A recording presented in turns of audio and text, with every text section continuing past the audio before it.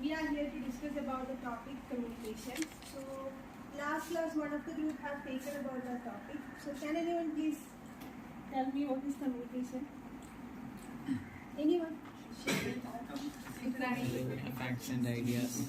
Exchange of information. Relaying of ideas. Yes, or you can tell that it is about sharing of information between the sender and receiver, or it is an interaction between the sender and receiver. Now, communication is a two-way process between the sender and the receiver. Sender will be sending the message, and receiver will be responding to the message by the sender. Then, when can you tell an information is effective? Communication is effective. When can you tell? When both are able to understand. When the sender sends an information and when it is interpreted by the receiver in the same sense as sender, you can tell it is an effective communication.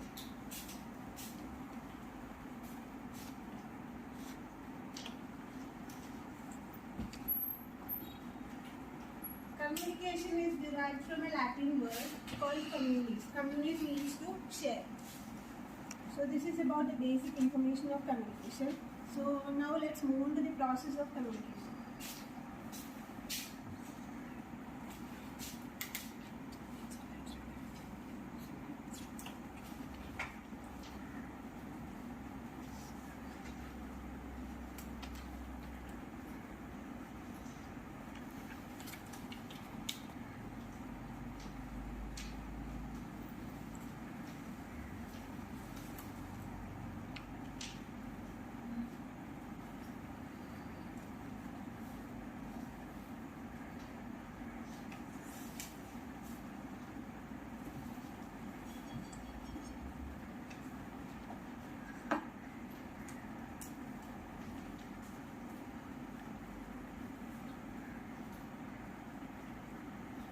So first is the sender. So sender is the person who sends the message. So he is the origin of the message. So he will be having some messages, informations, or some feelings which he need to communicate to the other person. So the other person is the receiver. Next is encoding. Encoding is a process done by the brain or sensory skill of the sender. So he will be having some information to be communicated. So he will be expressing it in the terms of words or gestures, feelings, etc. So that is called as encoding. Next is message. Message means the information that is to be transmitted from the receiver to the sender. Next is channel of communication. So there can be different channels for communication. That is, verbal channel can be there, non-verbal channel can be there, or you can have written communications or electronic communications. So based upon the convenience of the receiver, you can actually choose the channel. So verbal means face-to-face communications, like on the classes and all. If we are having face-to-face communications, or we can have oral communications through telephones and all. That is also verbal. Then non-verbal communications means gestures. In most of the times, like in classes and all, we do non-verbal communication, right? So that is about non-verbal communication. Then when the messages are too large, you can use written communications. So when you do written communications, it can actually serve as an evidence or proof for later purpose. Then we have electronic communication. So electronic communication means communication through emails, then Facebook, Instagram, etc. Next comes the receiver. Receiver receives the message. So information will be passed by the sender and it will be received by the receiver. Next is decoding. Decoding is the process done by the brain of receiver. So he will actually interpret the message sent by the sender to actually extract the essence of the message sent by the sender. Next is feedback. That is, after interpreting the message, he will be sending the feedback to the sender. That is the feedback. So these are the communication processes. Next we have factors affecting communication. So that is needed to be taken by Shenrik. So he is absent. So I'll just briefly explain about it.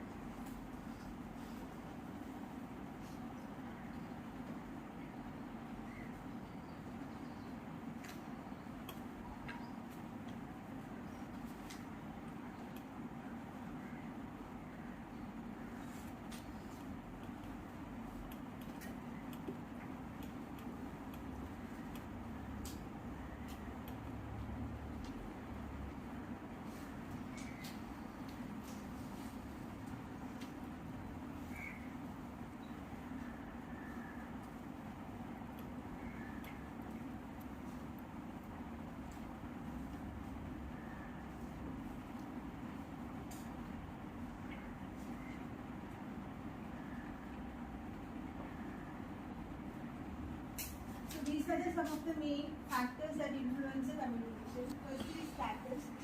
Like in a school or college, you have teachers and students. So the status of them are different. And in a company, and managers and employees are there. Their status and role are different. So based upon their status and roles, there will be an influence of communication. Like how the students interact will be different from how the students and management interact. I mean, students and teachers interact. Like there won't be a free flow communications. So that will affect the communication. Next is individual perception. Like when the sender is communicating to a receiver, sender have to actually understand the age, personal traits of the receiver. Like the way how I interact to a child should be different from the way how I interact to a man. Next is use of language. Like if I am a sender, if I am doing a communication, so I should actually consider the language is known by the sender. So that is an important factor. Next is cultural differences.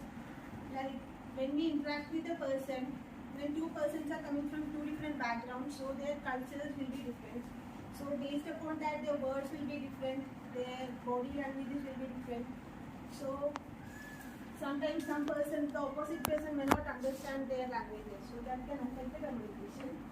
Now the length of messages, that is, when we communicate, the messages should not be too long. Like we have learned that human perception systems have a limited capacity at a particular point of time. So it should not be too long so that the receiver can actually interpret the message very fastly. Next is channels. When you select a channel for communication, you have to actually consider the receiver, like receiver's convenience and all. So that's some of that. Next, values will be taken by ourselves.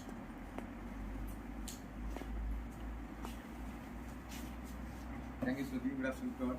I'm going to take barriers of communication. The communication barriers are mainly divided into four: semantic barriers, psychological barriers, organizational barriers, and personal barriers. Under semantic barriers, the barriers occur mainly due to choosing of wrong words, body language, gestures, and repetition of words, etc. Under semantic barriers, it classified into 6. First one was badly expressed messages. Under this, the sender use wrong words or wrong repetition of words, something like that. The receiver can't understand the message, or the meaning of the message will wrong. In such cases, these barriers occur. Then next one is the words and symbols have different meaning. Last class, Hamza and Charo explained one word something. It have different meaning. If the receiver choose the wrong word, meaning of the word, the message will meaningless, or they can create a misunderstanding between the sender and the receiver. And next one was faulty assumptions. They create before if this sender believes that the receiver have some basic knowledge of something, and he explains something to main subject matter scheme, but he know nothing about the subject. In such cases, the receiver can't understand the message. For example, we explain some our balance sheet and profit and loss account to the science student. They don't know the basic concept of accounting. In such cases, they can't understand the main subject matter. And next one was faulty translation. It's mainly occurring in the organization situation. If the manager receives message from top level his subordinates, and he want to translate it to the lower level employees according to their level of understanding. In such cases, if the manager is not much care about it, it will create a barriers, because if we translate wrong message to the lower level employees, it will create a misunderstanding between lower level employees and top level managers. And next one was body language gestures. For example, if many of us say yes or no by shaking our heads, many of us shake their heads in same way for saying yes or no. In such cases, the receiver, the mind of receiver created doubt with whether it is yes or no. It created a barrier. And next one was technical jargons.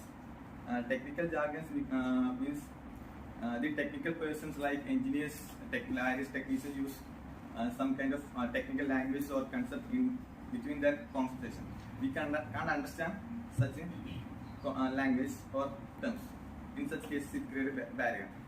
Next one was psychological barriers. Under psychological barriers, it occur mainly on the mental conditions of the receiver and the sender. It includes mainly distrust. Distrust means if the sender and receiver don't trust each other, the receiver always try to know about the opposite meaning of the message. In such cases, it occurs a barrier. And next one is lack of attention. If the receiver not providing proper attention to the sender, it will he can't understand the message. For example, we are not providing proper attention to the teacher in our class, we can't understand the concepts. And next one was premature evaluation.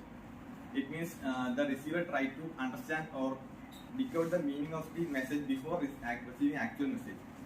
In such cases, these assumptions will be wrong. So he can't get the actual meaning of the message.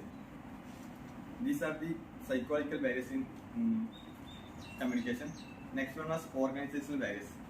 Under organizational barriers occur due to the organizational policy, rules and regulations, structure, facilities, etc. Main organizational barriers are first one was the organization policy. Maybe some of the organizations have their own policy to transform the communication. For example, if an organization decided to communicate only through written form. In such cases, we can't explain our feelings or something in a written form, and it limits our messages. In such cases, it creates a barrier. And next one was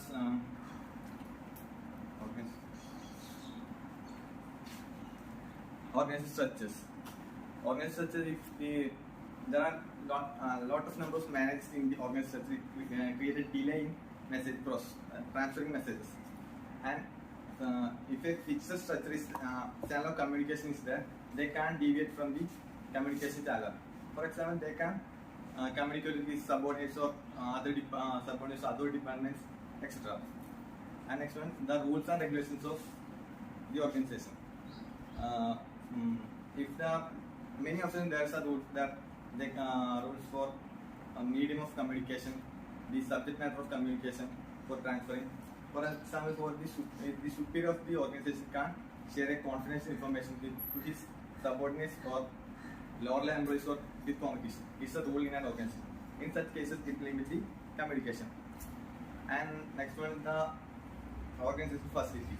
If there is no proper communication facilities in the organization like telephone, computer, etc. in the organization, we can't communicate properly.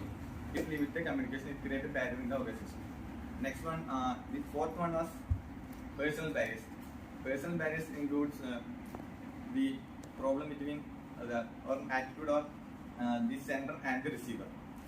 It mainly divided into barriers related to superior and barriers related to subordinates. If barriers related to superior means the superior most of the times don't share the information to his subordinates or lower level employees because we feel that the lower level employees can't understand the message or lack of confidence they share the message, and also they will not share superior or the top level management his ideas or something because of fear if it was wrong, if it will affect the job or something.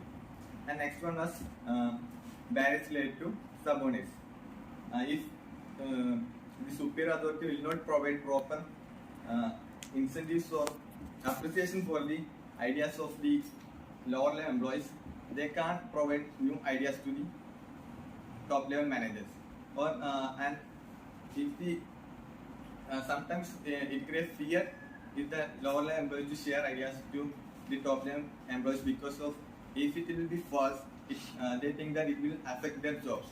In such cases, it will create a barrier. These are the 4 organizational barriers in FP communication.